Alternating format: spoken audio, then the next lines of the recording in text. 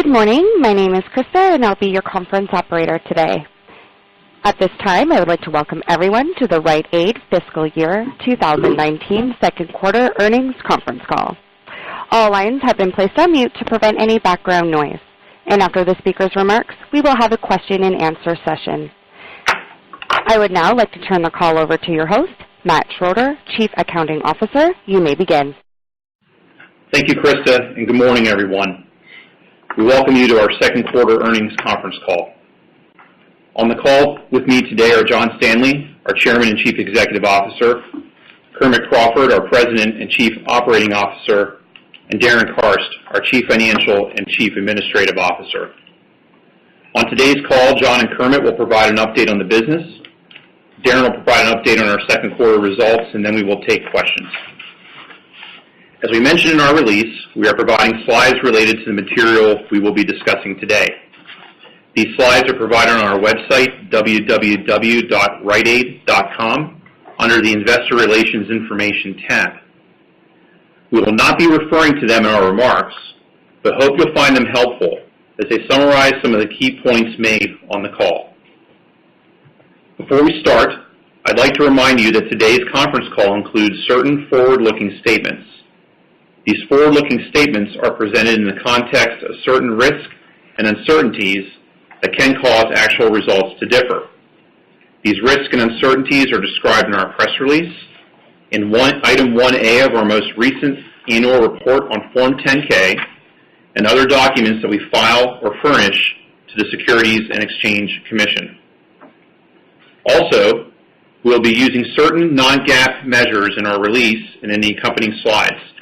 The definition of the non-GAAP measures, along with the reconciliation to the related GAAP measure, are described in our press release and slides.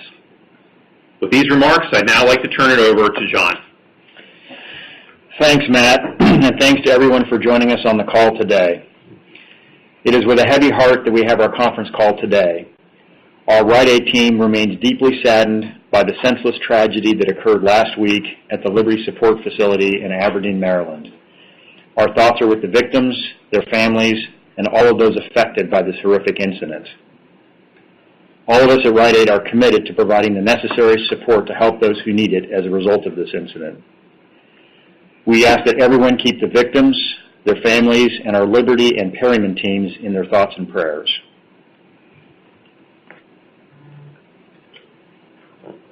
We will now provide you with our quarterly earnings report.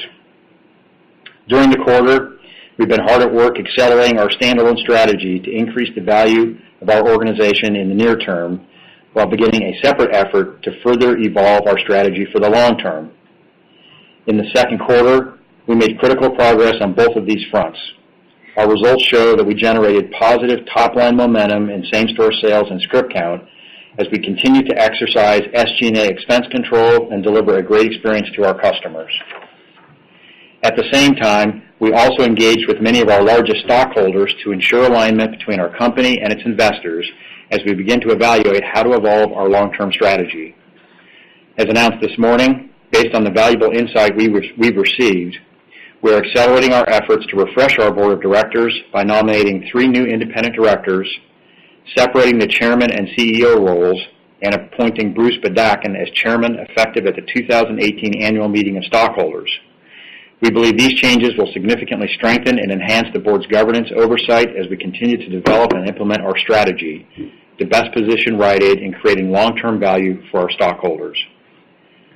In terms of our second quarter results, adjusted EBITDA from continuing operations was $148.6 million, compared to $136.9 million for the same period last year, and prior year pro forma adjusted EBITDA from continuing operations of $160.9 million. Prior year pro forma adjusted EBITDA from continuing operations includes $24 million of fees that would have been earned if all of the stores that were sold to WBA were supported under the TSA for that period. In the retail pharmacy segment, adjusted EBITDA from continuing operations decreased $8 million compared to prior year pro forma adjusted EBITDA, which was due to a decline in reimbursement rates that we could not fully offset with generic purchasing efficiencies and script count growth.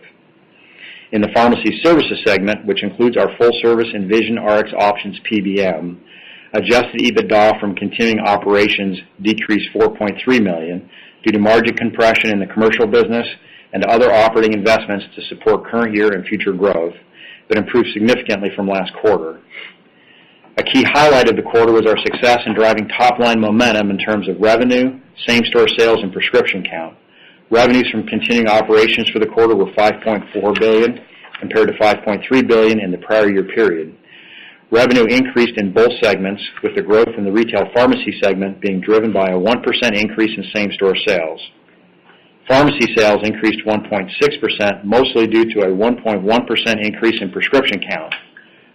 Revenue growth in the pharmacy services segment was driven by an increase in Medicare Part D membership. This top-line growth is important because it validates that key elements of our strategy are gaining traction. Heading forward, we are focused on three strategic priorities: serving as the trusted advisor to our pharmacy customers, providing our customers with a convenient and personalized shopping experience, and building a winning value proposition for payers and providers. These strategic priorities are designed to capitalize on Rite Aid's valuable store base and PBM businesses to grow revenues, improve efficiency, and drive profitability. To achieve these priorities, we are implementing a number of key initiatives, including improving payer relationships to stabilize reimbursement rate pressures, working to expand access to limited and preferred networks, enhancing our pharmacy clinical capabilities to improve outcomes, leveraging our valuable wellness brand, refining our merchandising, expanding our omni-channel capabilities, and expanding our PBM and VisionRx options Medicare Part D business. Finally, we are also focused on obtaining efficient drug pricing and continuing to control and right-size costs through a leaner, more efficient structure. In terms of improving payer relations and managing reimbursement rate pressure, these efforts are already benefiting fiscal 2019 with improvements in reimbursement rate trends. And we've made some early progress for fiscal 2020 by gaining increased Medicare Part D preferred network access. In terms of leveraging our valuable wellness brand, we have successfully reestablished Wellness Plus Rewards as an independent loyalty offering while significantly enhancing the program by introducing bonus cash, which has been very well received by our customers. We've also continued to build new stores and convert additional locations to our innovative wellness store format, which we believe is the best format in the chain drug industry. These combined efforts have generated the top-line momentum that is reflected in our results. In the second quarter, we delivered our strongest front-end comps in 6 quarters and our strongest same-store prescription count in 9 quarters. And as we've said for some time, we expect same-store prescription count to be stronger in the second half of the fiscal year as we cycle significant plan exclusions from last year. At the same time, we're making progress growing VisionRx options. We've made some important strategic decisions with Envision, most notably transitioning our Medicare Part D portfolio to include a higher percentage of chooser members. With this transition well underway, we continue to expect to gain over 200,000 net new Part D lives to begin 2019 as compared to January 2018. We are also excited to be re-entering the California market with our Part D chooser product at a very competitive price point, as well as minimal premium increases in our existing chooser geographies. We expect this will continue to drive significant Part D membership growth in 2019. Next, we have a very important opportunity as we continue our efforts to manage our drug costs in the most efficient way possible. As we've discussed, we're exploring all potential options, including the option to enter into the WBAD consortium and purchase drugs at Walgreens price for up to 10 years. This option is very significant for helping us drive short-term growth because even with our smaller footprint, at a minimum, we'll be able to purchase generic drugs at the same rate as a key large-scale competitor. We expect to make our decision this fall. And finally, we're going to continue our efforts to implement cost savings. We already have made some significant progress managing SG&A expense and have plans to reduce SG&A as stores roll off the TSA with WBA. Our goal is to take out $96 million of cost as we better align our organization to our new store footprint, and we have a plan to achieve this. On a parallel path, we plan to make investments in new technology to further strengthen our omni-channel capabilities, operate more efficiently, and enhance the customer experience in our stores. And as we generated momentum in these key areas of our business, We have seamlessly executed the TSA with Walgreens, which is continuing to generate income. So as you can see, we've made some important progress during the first half of the fiscal year, and this progress gives us important momentum as we look to accelerate our near-term strategy while heading into our busiest time of year. Separately, we are ramping up our efforts to evaluate our longer-term strategy to identify the best approach to further evolving our business in the broader retail and healthcare marketplace. As a company, we have a strong foundation for future growth. We have a trusted and well-known brand, an award-winning loyalty program, a unique and differentiated wellness store format, and an expanding offering of health and wellness services. We have also significantly reduced our debt and improved our balance sheet, and we're seeing positive trends in our top-line performance and script count. While we have a tremendous amount of work ahead of us, we have full confidence in our strategy, our team, and our company to succeed as we build significant momentum for the future. We're very excited to continue capitalizing on the key opportunities we have as we enter a critical time of year. At this time, I'd like to turn it over to our President and Chief Operating Officer, Kermit Crawford, who will share additional details about the operational progress that is helping to drive our near-term strategy. Kermit? Thank you, John, and thanks to everyone for joining us today. Our near-term strategy focuses on the most critical areas for driving increased value throughout our organization over the next couple of years. Today, I'd like to spend time providing an operational update for each of these areas and further explain the key initiatives that will be the driving force behind our near-term growth. One of our most important areas of focus is to continue expanding our access to preferred and limited networks. To build on John's comments, in addition to Envision's Medicare Part D preferred network, we will also participate in one national and 2 regional preferred networks in calendar 2019. We also continue to have discussions on opportunities to increase both our Medicare Part D and commercial preferred network access for calendar 2020. Maintaining network access will help us to ensure that we successfully capitalize on our current script growth momentum. Our prescription count has increased ahead of plan as we cycle certain network exclusions and continued enhancing our clinical pharmacy capabilities, which drive script growth count while also improving patient health outcomes. Heading forward, we will continue to enhance our clinical capabilities by expanding efforts around medication adherence, medication therapy management, and immunization. In the second quarter, our focus on improving medication adherence helped drive an increase in 90-day prescriptions, which also contributed to our script growth for the quarter. As we look to deliver a higher level of care by providing medication therapy management services to additional patients, we also see a tremendous opportunity to grow our highly successful immunization program, which is already delivering strong results this year. The number of ancillary non-flu immunizations given by our certified pharmacists nearly doubled during the quarter, with the new Shingrix vaccine continuing to perform well. In addition, we're entering our busiest time of year for flu shots, which are conveniently available with no appointment necessary and at no cost through most insurance plans. This year, we are prepared to administer another record number of ancillary and flu immunizations while continuing to grow this important part of our business. To further support script growth, we're also ramping up our efforts surrounding prescription file buys, with an eye toward completing a higher number of transactions as market conditions allow. Year to date, we've completed $20.5 million in file buys, and we've allocated a total of $60 million for fiscal year 19 as we aggressively pursue this growing opportunity to increase prescription count. We also have a great opportunity to drive growth by leveraging our valuable wellness brand. Our highly popular Wellness Plus Rewards loyalty program remains an important part of our unique brand, and it continues to make significant contributions to our business. As John mentioned, we have successfully introduced Bonus Cash as our primary savings vehicle for this program. Bonus Cash has significantly increased customer engagement and is now redeemed in 1 out of every 5 transactions. To further strengthen our brand, we have partnered with a top-tier marketing and advertising agency in Havas, North America, which helped us develop the comprehensive marketing campaign that is supporting our annual flu immunization program. We are supplementing this partnership with 4 additional agencies with specific areas of focus, including T3 for social strategy and content, Pure Red for circular design and production, Elite SEM for digital media planning, and JPL for email and direct mail.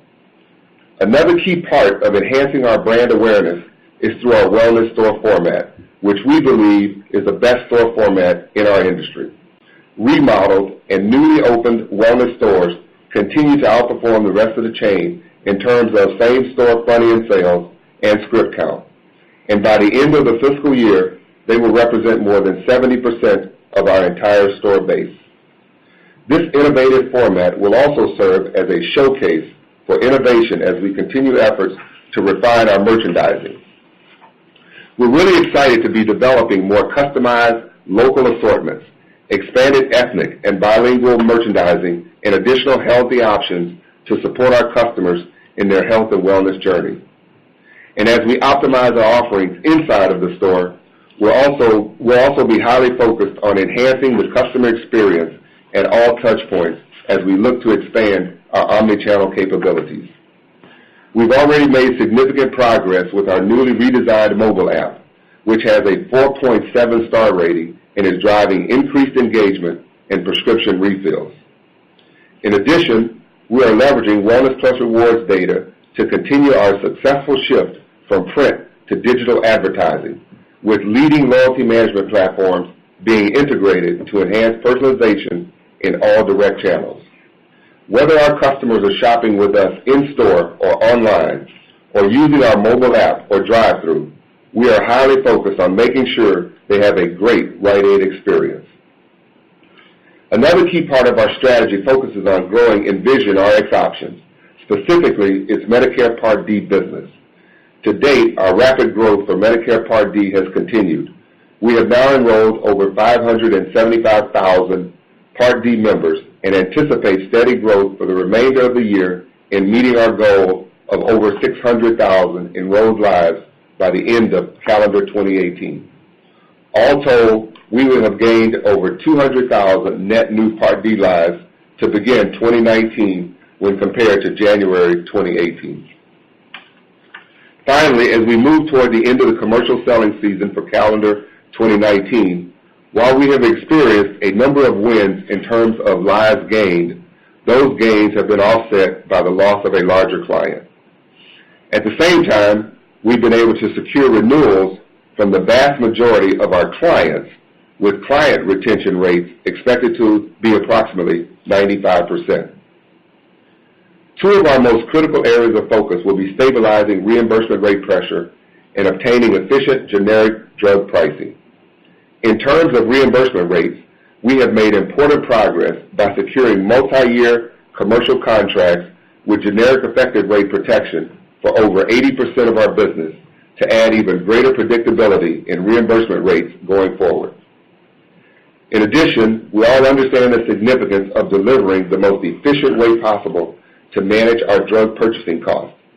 As John said, we are exploring all avenues, including the attractive WBAD option.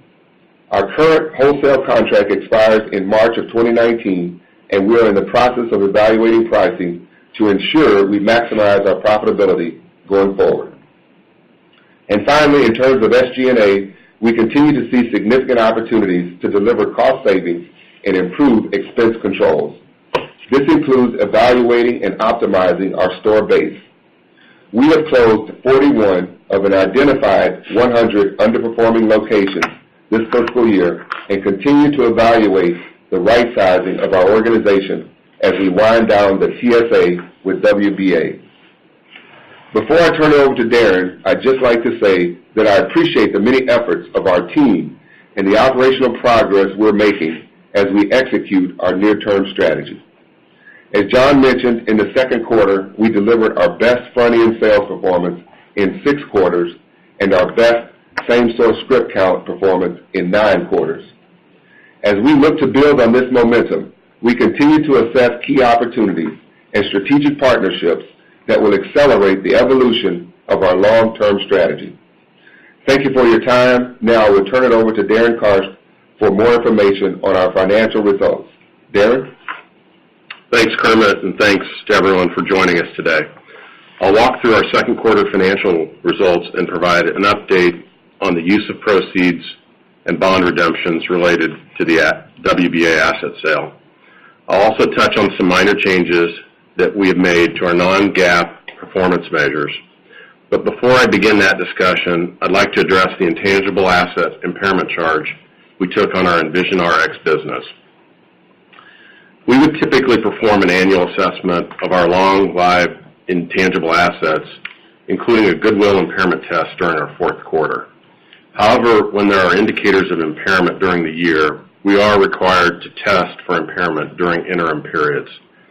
As a result of the changes in our guidance, which were primarily driven by industry-wide pressures impacting our retail business, we were required to perform impairment testing of all of our intangible assets, including those at Envision, during our second quarter. After taking into consideration our current growth rate expectations for Envision, we concluded that there was an impairment of our intangible assets of approximately $283 million net of tax. In spite of that accounting adjustment, we continue to see tremendous opportunities for growth in our business, but the projected ramp-up of EBITDA growth has been delayed somewhat from our earlier expectations, due primarily to slower than expected growth in our commercial business and, to a lesser extent, the loss of access to a fertility drug for a direct-to-consumer program that we administered. So as a result, the value determined by the discounted cash flow portion of the valuation analysis was lower than when we performed our annual impairment assessment at the end of fiscal 2018. That said, we continue to see robust growth opportunities in our Med D business, and we also expect our commercial business to experience growth over time. So despite this non-cash charge, we remain confident in our ability to grow Envision over the long term and continue to view Envision as a very valuable asset. Now let me turn to a review of our asset sale proceeds from WBA and our current capital structure. As we discussed on our previous calls, as of March 27th, we had completed the sale and transfer of all 1,932 stores to WBA and received cash proceeds totaling nearly $4.2 billion. After the end of the second quarter, on September 13th, we completed the sale of our Dayville distribution center to WBA and received an additional $60 million of proceeds that were used to further reduce debt. These amounts do not include about $160 million that will be received after we sell the 2 remaining distribution centers to WBA, which is required before the end of the TSA agreement. As we discussed on our last call, the proceeds we have received to date have been used to pay off all of our $970 million of term loans, our 9.25% notes, which we redeemed on April 12th, our 6.75% notes, which we redeemed on June 25th, and we reduced our 6.125% notes by $46 million.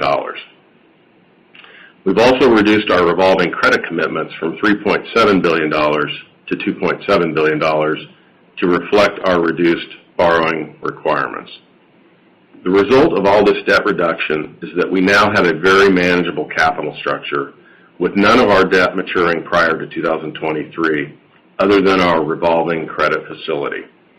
We are currently planning to refinance our revolver before the end of fiscal 2019 and expect that maturity to be pushed out to at least 2023. The receipt of proceeds and pay down of debt to date has given us a debt balance net of cash of about $3.4 billion as of quarter end and a leverage ratio of approximately 5.4 times trailing pro forma EBITDA, or 5.1 times trailing pro forma EBITDA when adjusted for the effect of the sale of the distribution centers to WBA.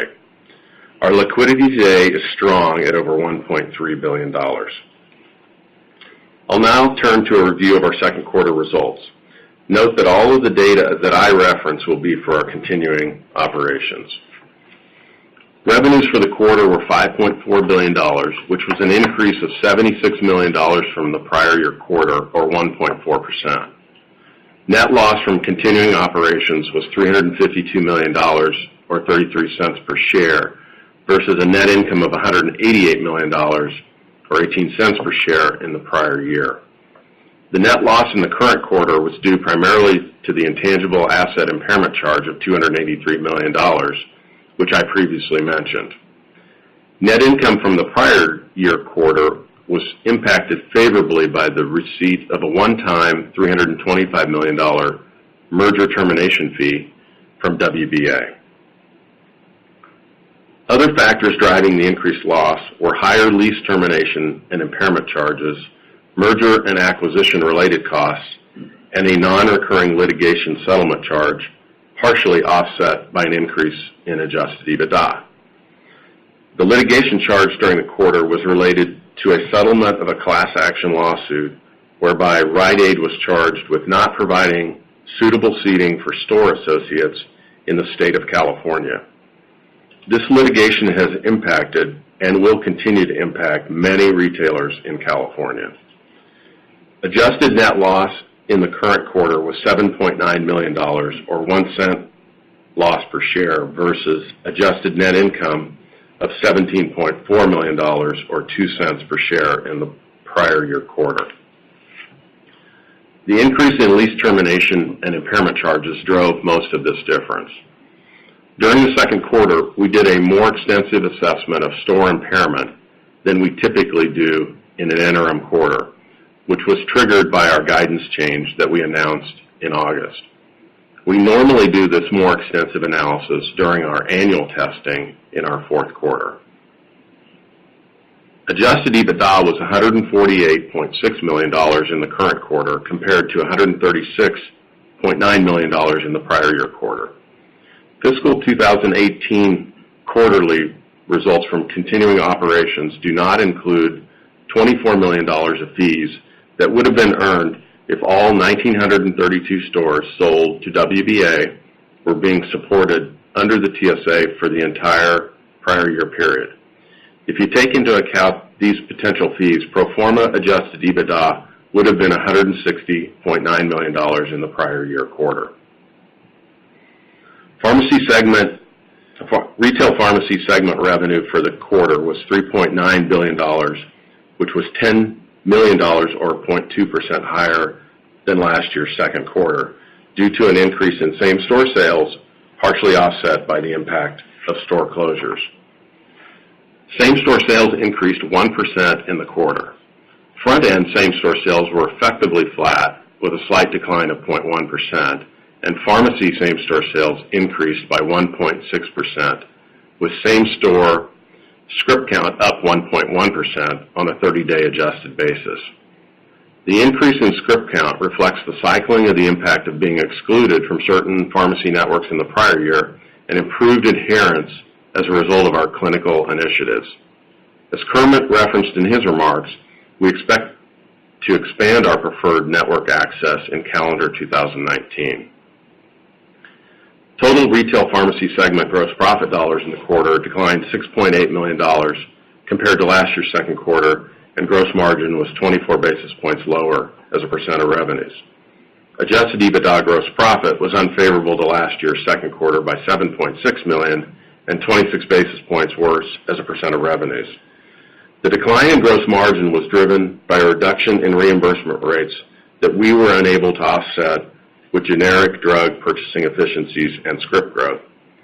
While we are experiencing generic drug deflation, our generic cost savings in fiscal 2019 have been less than our historical trends and have not met our expectations. Retail pharmacy segment SG&A expenses for the quarter were higher by $2.5 million compared to last year's second quarter, while SG&A rate as a percent of revenues was flat. Adjusted EBITDA SG&A was $23.5 million better than the prior year and 66 basis points better as a percent of revenue. Our SG&A reflects the inclusion of $23 million of TSA fee income from WBA in the current quarter. Adjusted EBITDA in our retail pharmacy segment increased by $16 million versus our prior year actual results, but decreased $8 million versus prior year pro forma adjusted EBITDA, which gives effect to the impact of TSA fees. Our pharmacy services segment had revenues of $1.6 billion, which was an increase of $69 million, or 4.6%, primarily due to an increase in our Medicare Part D membership. As Kermit mentioned earlier, we had a very successful 2018 Medicare Part D bid and continue to see strong enrollments this year. We are now covering over 575,000 lives and expect to grow covered lives throughout the remainder of the year as we add enrollments through the course of calendar 2018. Adjusted EBITDA for the pharmacy services segment of $45 million was $4.3 million lower than last year's second quarter adjusted EBITDA of $49.3 million. The operating results for the quarter were impacted by margin compression in our commercial business and other operating investments as we invest for current year and future growth. Our cash flow statement for the quarter shows a net use of cash from operating activities of $284 million, which was driven mostly by working capital timing. More specifically, we had higher receivables resulting primarily from a build in our CMS receivable at Envision and increased receivables from several retail segment payers, as well as a typical seasonal inventory build and various other working capital timing differences. We expect our cash flow from operations to improve in the second half of the year as these working capital timing items turn around. Last year's cash flow statement was positively impacted by the $325 million merger termination fee received from WBA.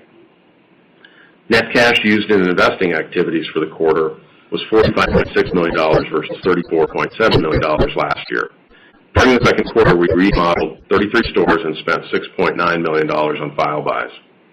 At the end of the quarter, we operated 1,726 wellness stores within our continuing operations, and by the end of the fiscal year, our wellness stores are expected to make up over 70% of the store base. We continue to be pleased with the performance of our wellness stores. For the second quarter, front-end same-store sales in our wellness stores that have been remodeled in the past 24 months were approximately 93 basis points higher than our non-wellness stores, and same-store script growth in these stores was 113 basis points higher. Turning now to our outlook, we are confirming our full-year fiscal 2019 guidance for revenue, same-store sales, adjusted EBITDA, and capital expenditures, which we had previously updated on August 6th. We expect revenues to be between $21.7 billion and $22.1 billion for the full year, and same-store sales are expected to range from flat to an increase of 1%. Adjusted EBITDA is expected to be between $540 million and $590 million. Our net loss for the full year is now expected to be between $440 million and $485 million. The increase from our previous net loss guidance is due primarily to the non-cash intangible asset impairment charge that we recorded this quarter. Adjusted net income or loss per share is now expected to be in a range between a loss of 3 cents per share to income of 1 cent per share. Before I turn the call back over to John, I want to touch upon a couple of changes that we made to our definitions of adjusted EBITDA and adjusted net income. We have historically included changes in deferred revenue related to our Wellness Plus loyalty program as a reconciling item from net income to adjusted EBITDA. Going forward, we have elected to no longer include this item as a reconciling item. The impact of this change has relatively minor impact on our annual adjusted EBITDA, but does sometimes have modest impact to the quarters due to the timing of how the rewards under the program are earned and used by our customers during the loyalty program year. The change we've made to adjusted net income is to include all amortization expense as a reconciling item from net income instead of just including amortization expense related to Envision. All periods presented in our release have been revised to conform to this revised presentation. And with that, let me now turn it back over to John to wrap up our prepared comments. John? Thank Thanks, Darren. Before we begin taking questions, I'd like to thank our Rite Aid team for all the great work they're doing. We've made some important progress during the first half of the year by transforming our loyalty program, converting additional stores to the wellness format, expanding our pharmacy service offerings, and executing the TSA. And as we've accelerated our strategy in all these areas, our team has done an outstanding job of staying focused on delivering a great experience to our customers. In fact, just like the first quarter, our overall customer satisfaction rating reached a new all-time high in the second quarter. I think that says a lot about the extraordinary team we have here at Rite Aid and gives us yet another reason to have full confidence in our strategy to grow our business heading forward. That concludes our prepared remarks for the call. We will now open the phone lines for your questions. If you would like to ask a question, please press star followed by the number 1 on your telephone keypad. Again, that is star followed by the number 1 on your telephone keypad. Your first question comes from the line of John Heinbockel from Guggenheim Securities. Please go ahead. Your line is open. Thanks. So, John, let me start with, I think in some of your past long-term projections, you guys had thought that the PBM could grow, in the teens long-term. Do you still think that, given where we sit today, and how much of that would be driven by MedD growth off of the 600,000 members?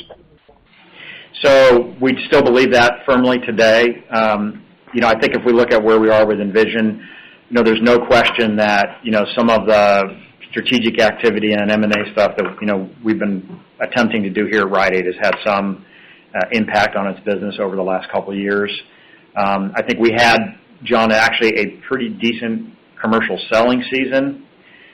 We had a larger legacy customer that had a different form of agreement than probably what we have with all of our other customers, and so it was a legacy issue that we've kind of worked on here a little bit, but ultimately, we kind of landed where we landed. So, I think we've really been battling through some temporary headwinds on the commercial side. Our transparent business, our transparent offering resonates in the marketplace. There's a ton of interest in it, and I think, as we get some of the noise here kind of past us, we're really excited about the growth opportunities of Envision. Medicare Part D is an important part of the business. We, plan to continue to invest there and to focus on growing that business, but there's a lot of opportunity for us on the commercial side as well. Do you think, looking out 3 years, MedD lives getting to 1 million, is that sort of a slam dunk or a stretch goal? I think it's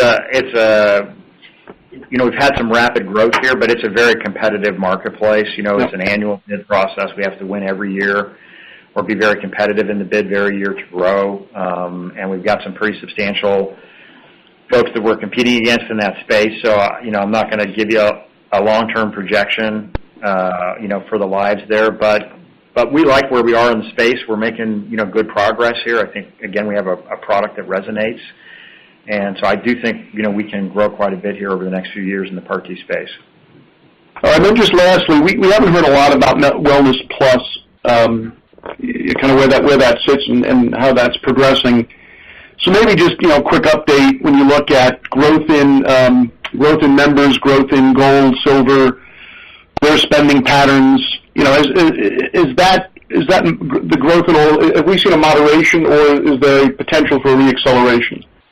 I think I'll give you an overall comment, and Brian's, got some data there, but, I think bonus cash has actually gotten some good traction in the marketplace. Enrollment has picked up, since we got, bonus cash out there. So I think we're making some progress with the program. I really think there is a great opportunity to continue to develop and accelerate this thing over time. So I think we're in a pretty good place with it right now. I mean, Brian? Yeah, John, it's Brian here. Agree with what John said. It's about 7% of our total cardholder base currently, but accounts for about 25% of our total front-end sales. And the great news is that we're at about 96% retention rate on our gold customers. So it's a very sticky group for us. Okay, thank you. Your next question comes from the line of Charles Rye from Cowen. Please go ahead. Your line is open. Hi, it's James on for Charles. About 70% of your stores are expected to be wellness stores by the end of the year. I know in the past it's been said that not all non-wellness stores will become wellness stores. So how much of the remaining, the remaining 30% non-wellness stores do you expect to transition to wellness format? Also, you stated that older wellness stores will be refreshed to some of the newer formats. So, about how much of the current wellness stores will be getting this makeover? And maybe, can you help us quantify the difference in terms of performance between newer and older wellness stores in terms of sales or profitability? Yeah, this is Darren. I'm not sure we necessarily have a specific number of, or where the 70% will go. There certainly is a group of those stores, that may not end up being wellness stores. Our process really is to continue to kind of take those kind of stores and probably relocate them to a new location, and then they become wellness stores. So I would say there will be a lot of that kind of activity in that remaining 30%. I don't know if you have. Yeah, I guess the way I think about it is we're 70% of the way there. There's still a good chunk of stores to renovate that we have to work with here for the next couple of years. But as Darren mentioned, we have some relocation opportunities in this group as well. So we're working, as we have been and continue to do, we're working those real estate locations to see, what we can do to get to the right place in the market. We even have some opportunities to probably relocate a few of those original wellness stores as we look at the portfolio of stores also. So we've got some great places to invest in the store base still, at least for the next few years, that should help us continue to drive some good growth here. And we're seeing a pretty good return, I think, on the refreshes. Some of those early wellness stores, they had some of the merchandising concepts and things in them, but it's really evolved quite a bit since then. So, when you think about the cadence of this thing, we have a good group of stores that are now, 7-8 years, into the wellness program that we can go back to at this point. So there's plenty of good spots here to invest, continue to invest capital into the store base. So. And June, this is Matt. I think on your, your question on performance, if you, go out to the slides we put out on page 10, we've got some data on how the stores have done from a front-end sales and script count perspective. But they both the wellness stores have outperformed, the rest of the chain by, roughly 100 basis points on both the front end and the script count. And I would say from an ROI perspective, they are, over time, generating, the returns that we would expect, in order to justify the investment. But the reinvestment gets another pretty good pop. It does. Right? It does. And the good news is the reinvestment is kind of a fresh up type of capital spend as opposed to a full-blown remodel. Yeah. Okay, great. And the current generic bid activity and your current expectation in the generic drug market for the rest of the year led to a $80 million downward revision to adjusted EBITDA in early August. Can you elaborate on what's changed in the generic market relative to your previous expectations that resulted in this revision? And, what steps are you taking to, make sure your expectations in the future are more in line with, the market? That's the second half of that question is a great question, actually. So I think, and probably Kermit and Darren can kind of jump in here, but clearly we have to kind of estimate what we think we can achieve in savings as we're negotiating our third-party contracts on the pharmacy side. So we have contracts that are as long as 3 years into the future. So we're constantly kind of looking at the generic drug market, trying to understand what the potential savings are there that can help us digest, the reimbursement rate, pressures that will occur as we enter into those longer-term contracts. So in this particular instance here, looking at our historical trends, I think based on information, that we had available to us as we built our plan for this current year, we had an expectation that generic savings would be more consistent with what we've seen over the last couple of years. As we came through, our bid here in the second quarter, and it's a pretty substantial bid for us, we just weren't at that level of savings that we expected. So that's really, what drove, the change in our guidance. We're working, carefully with our purchasing partner, trying to get the best information they can in terms of the marketplace. Our team here, because, we used to buy our drugs, directly in the marketplace ourselves, we have a team here that has remained very, connected to the marketplace. So I felt like we had pretty good information there, but clearly, we didn't get that right. So to your point, we're trying to make sure we're dragging the best information we can from the marketplace. But it's just not always, clear to us as we build these plans how a manufacturer will necessarily behave in the coming year. That's the challenge that we have. You guys want to add? The only thing I would add is, we certainly did have savings, and so we saw generic deflation. It just wasn't, as significant as it has been in the last couple of years.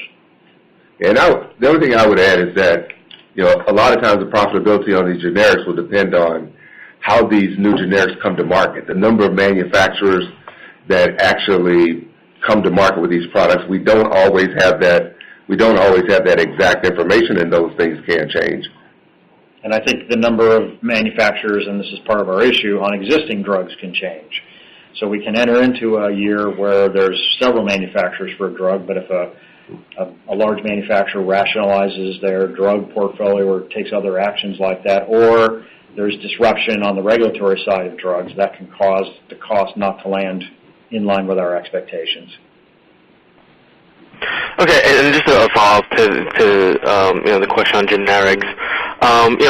Theoretically, how much of that $80 million could have been offset, with the WBAD option? What kind of savings with that? So what we've said on the WBAD option is that, as we did our work back at the time of the asset sale approximately a year ago, that we did identify value in the clean room process associated with the WBAD option. Where we are right now is we're in the process right now of evaluating that option again today as per the agreement. So we're in a process, a pretty robust process, looking at a number of different options in terms of how we go forward, including the WBAD option. And, we'll have further comments on that as that process comes to a conclusion. Kermit, you have anything? I think you covered that, John. We're in the evaluation process, and we expect to complete it this fall. Okay, great. Thank you. You're welcome. Your next question comes from the line of Robert Jones from Goldman Sachs. Please go ahead. Your line is open. Hey, this is Kevin on for Bob this morning. So you guys said you noted some early progress in getting preferred access to Part D networks in 2020. Could you guys maybe just specify, have your conversations been going after the national plans, or have they been more focused regionally? And then how does the margin profile on these plans compare to your existing book? So, Kevin, I would tell you that we're focused on both national plans as well as the regional plans. There's not as much conversation that takes place on these regional plans, but these are actually very good plans for us. And we'll be in two preferred regional plans, one within our Express Scripts book of business and one within our Prime Therapeutics book of business. So we're continuing to work with our PBM, partners in getting into these networks. Many of these Part D preferred networks have multiple year contracts, and that's why we're really focused on the 2020. And the margin is, it depends on the network. We're looking at every one of these networks, and we're strategically determining which ones we should and shouldn't get in, because we'll have to reprice our business in many cases. So we're working to protect our margin. We've continued to stabilize our reimbursement rates. We'll continue to do that. We've gotten multi-year contracts with our commercial providers. We've got generic effective rate protection in 80% of those networks, so we have better predictability of our rate. So we're looking at our complete book of business, both commercial and Part D business, to try to maximize the profitability of our entire network. Great, thanks. And then I just have one quick housekeeping question. So you guys noted you're expecting to push out the revolver maturity into, I think, 2023. Do you guys have any early idea on what interest rate this might get refinanced at? I think it's I mean, it will probably be somewhat comparable to our existing rate. Okay, great. Thank you. Your next question comes from the line of Ross Mukin from Evercore ISI. Please go ahead. Your line is open. Hey guys, it's Susie Yoon on for Ross. Just had two quick questions around Envision RX and then maybe another one on the wellness format. The vertical deals of two of your largest peers seems to be getting closer to closing. Is there anything that you're starting to see maybe as a reaction to these deals, perhaps around the selling season or your pipeline? And then another one on the wellness store format. It's nice to see comp results up at these stores. What do you think are some of the biggest changes within these stores that's driving this uptick in productivity? So, in terms of the last selling season, I think we are a great option, for a lot of regional health plans, and we continue to have interest on that front. And we have growing relationships with a couple of really important customers today in that space as well. And I do think, some of the vertical integration that's going on will cause some additional interest as those transactions come to fruition. So it's a pretty exciting opportunity for us, and we're focused on, trying to be out in that marketplace and making people aware, that we are kind of an independent option for them if that's of a concern to them. So I think that's a pretty exciting opportunity for us. What was the second part of the Envision question? Oh, what do you think are some of the biggest changes within these stores that's driving the performance improvement? On the wellness stores, yeah, it's a pretty dramatic makeover of a store to move to the wellness format. There's a number of things that we do, both from a merchandising perspective. There's some staffing changes. Brian, do you want to touch on some of that? Yeah, I mean, expanded assortment for merchandising, full new layout of the store. The center, the pharmacy is, repositioned in the store. New wellness ambassador position, staffing model in the store. So just it's a complete new redesign of the old format. I think a lot of the merchandising, does a couple things. In many instances, you can kind of touch and work with product. It's organized differently in that it's, I think, easier to shop. We've done some really important things in over-the-counter categories, cosmetics and other things, just to make the store easier for our customers to work with. So it's a pretty different model in terms of what we deliver in the store. Consultation rooms that are really, thoughtfully put into these stores so we can provide additional pharmacy services, including immunizations. So it's a pretty substantial makeover of the store. Got it. Appreciate the color. You're welcome. Your next question comes from the line of Glenn Santangelo from Deutsche Bank. Please go ahead. Your line is open. Oh yeah, thanks and good morning. Hey John, I just wanted to follow up on a couple of points you've already discussed, but I had some follow-up questions. First was on the comments you were making about what changed in the generic market in 2Q. Are you making the case that the biggest part of the delta was driven by generic deflation that maybe wasn't as high as maybe what you thought? I mean, could you elaborate on that a little bit more?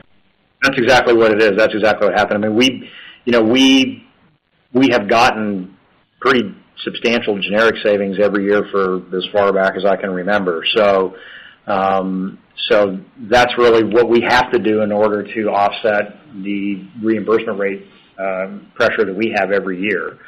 And that happens, for a couple of different reasons. I mean, one is, as drugs mature, generally more and more manufacturers get into them. They can come out as single and dual source, but then over time you get more and more manufacturers, which tends to drive costs down over time on those drugs. What we're seeing right now in the marketplace is, in some instances, some drugs, may have too many manufacturers, and there's not enough profitability in them, and some manufacturers will back away. And so the cost on that individual drug may go up instead of down, or not go down at all. And so those kinds of things kind of offset some of the savings we get in other places. So net, as Darren mentioned, overall, we will have generic drug deflation for the year, but not at the level we expected to offset, what we have in terms of reimbursement rate pressure. Hey, John, yeah, that does. Could you maybe put some numbers around what you're expecting in terms of branded inflation and generic deflation and how that's impacting your gross margins? We generally don't do that for competitive reasons. I would just say on the brand inflation side, that's slowed down, quite substantially over the last couple of years.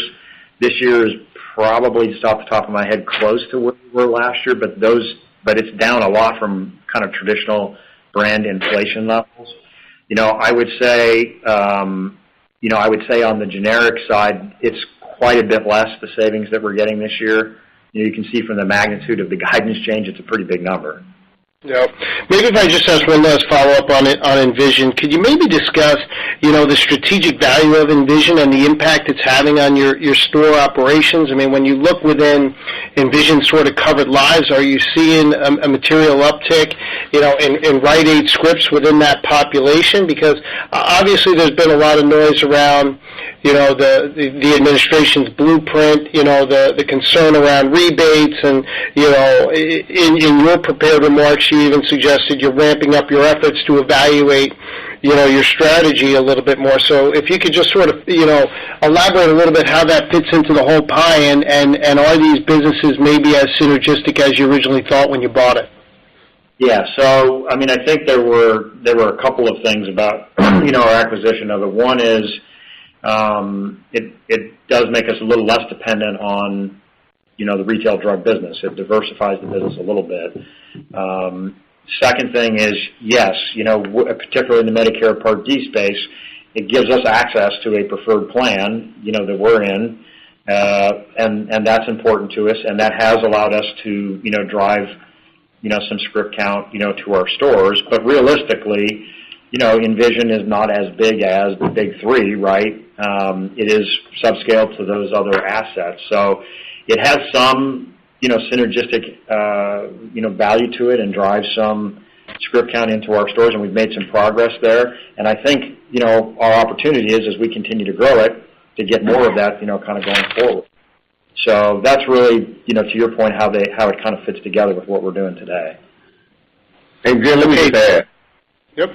I just add that, this Medicare Part D customer is our most valuable customer. And as you know, we have not been in preferred networks around Medicare Part D. One of our strategic initiatives is to get into more of those Part D networks.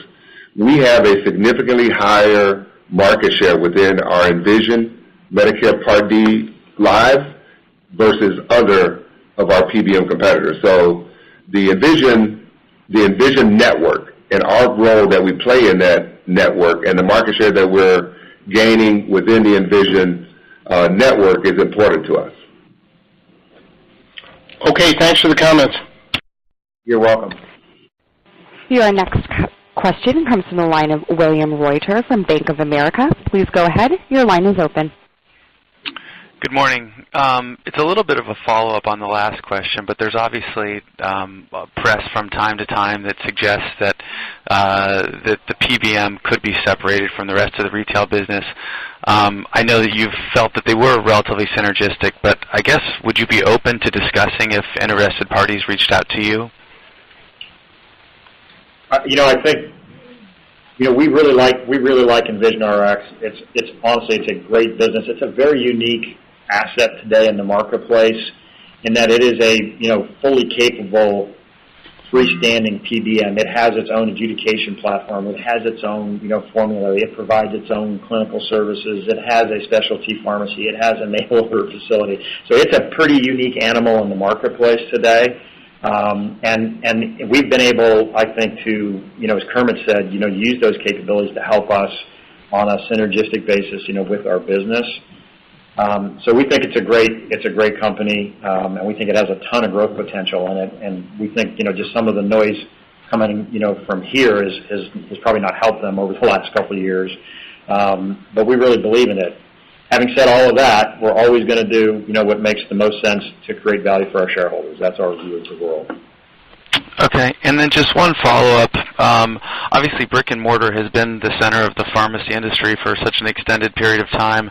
I know that there are articles from time to time that talk about how e-commerce might be changing this mail order. I guess, is there anything you can provide in terms of some commentary about big picture, how you think these different subsegments of kind of the pharmacy retail network is going to evolve over the next 3 or 4 years? I think Kermit mentioned it. Digital interaction is increasing quite a bit. The tools that we can bring to bear to provide better clinical interaction and adherence through these tools, I think are going to be really important. But the pharmacist in our store kind of remains the center of the universe, if you will, and I think a lot of these things will be supplemental to that. Mail order, what's a little bit different about pharmacy, and I'm not saying we're not going to be impacted because I'm sure we will be. So don't take this as we don't think it's an opportunity or an issue. But mail order is pretty mature in our industry. It's got a 18-19% share, something like that today, but it's been around for forever. And there are issues around ownership of lives and the services that can be provided to those lives that also impact the way that e-commerce will come to bear in our marketplace. But from our viewpoint, that interaction with the pharmacist is a differentiator in our model, that access and availability and what we can do with our pharmacy team as it relates to the relationship that we have with those customers. So we think that's an important cornerstone of what we're doing as we go forward. Kermit, I don't know if you want to... William, I would add, this pharmacy customer is an omni-channel customer. And our goal is to meet that customer's needs wherever, whenever, however they would want to do that, whether it's our convenient location, with drive-through, whether it's using mobile or our online apps, whether it's home delivery or mailing. We have all of those capabilities, and if by chance you need clinical services, our new wellness stores are built with consultation rooms to provide those services. So we're going to meet that customer where, when, and how she wants us to provide service. That makes sense. All right, that's all for me. Thank you. Your next question comes from the line of George Hill from RBC. Please go ahead. Your line is open. Hey, good morning, guys, and thanks for taking the question. I guess, John, I would ask kind of now that we're past the Albertsons process, and we touched on the PBM a little bit, I guess, what are you thinking is the big strategic opportunities for the company over the next handful of years to create shareholder value? We know that vertical integration is going on with some of the other competitors in the space as a way to move channels to your drum. But I guess, as you think about the growth drivers strategically in the business over the next, call it, 2 to 4 years, I guess kind of talk about the big opportunities that the company can pursue.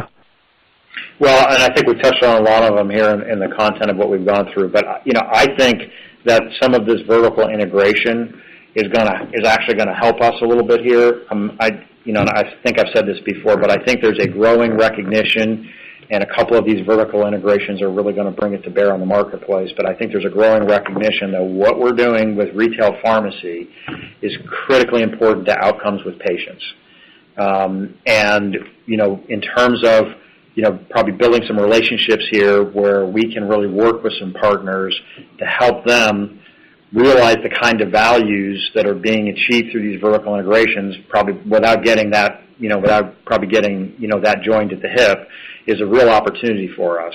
It's clear there's hundreds of billions of dollars of avoidable costs that's incurred because people aren't either complying with medication adherence or because things happen after treatment that cause additional cost.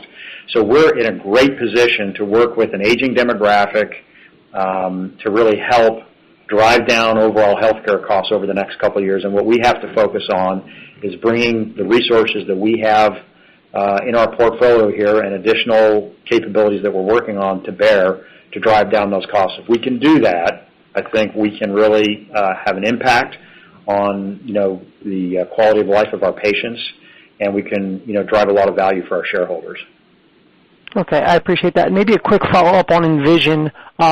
In the last reporting cycle, the two of the larger publicly traded PBMs kind of detailed their rebate retention levels. I know Envision has much more of a pass-through process, but would we be safe in assuming that you guys have a similar level or even a lower level of kind of rebate retention earnings risk? Should we excuse me, should we get a change in the rollout of LNB compared to the large PBMs? Yes. Yeah. Yep. Okay. All right. Thank you. Our final question comes from the line of Carla Casella from J.P. Morgan. Please go ahead. Your line is open. Hi, just a few follow-ups. On the DCs that you're selling to Walgreens, you mentioned that you've sold one. What was the timing and the amount of proceeds for that? It was after the end of the quarter. I think it was September 13th or something like that, and it was $60 million. Okay, and then the other two should happen. Would that be something that could be this year, or is it another year or two? Well, it's really kind of controlled as to when WBA wants to purchase them, but they must purchase them by the end of the TSA period. So okay, that could go out. I mean, right now the TSA, I guess, ends before any kind of extensions in October of 2019. Yep. Okay. So the TSA ends October 19, and then by then that's when the other two Cs would need to be sold. Wrong line. Correct, but there are extensions. They could exercise an extension under the TSA for 2 6-month periods. Okay, right. And then you commented that you'll be in one national network and 2 regional preferred networks in 19. Aren't you currently in 2 national networks? And did you lose one, or did one switch to a regional or something like that? No, the only national network that we're in this calendar year is our Envision Medicare Part D preferred, as a preferred. Now, we're in all open Medicare Part D networks. So we participate in all networks, Medicare Part D, just one preferred network. And that's our Envision, RX Medicare Part D network. Okay, great. And then the CMS receivable that you talked about, which was a big adjustment to your working capital this quarter, why didn't you finance it like you normally do? And is there just a timing issue there where we should see that working capital reverse? I think, Carla, we've talked about this last call. We had historically in the past years used reinsurance as a tool to finance a portion of that. It comes at a cost as well. For this year, we're not using the reinsurance, so it's kind of a one-time, working capital use. If we opt to not use reinsurance in future years, it won't have as significant of an impact. Okay. And then on the PBM write-down, have you said what the value of it is now on the books? We have not. We have not said what the value is now on the books. But we can. I mean, it's $1.85 billion, I think, is what the value is on the books. Okay. That's it. Thank you. Okay. Well, I think that wraps up. I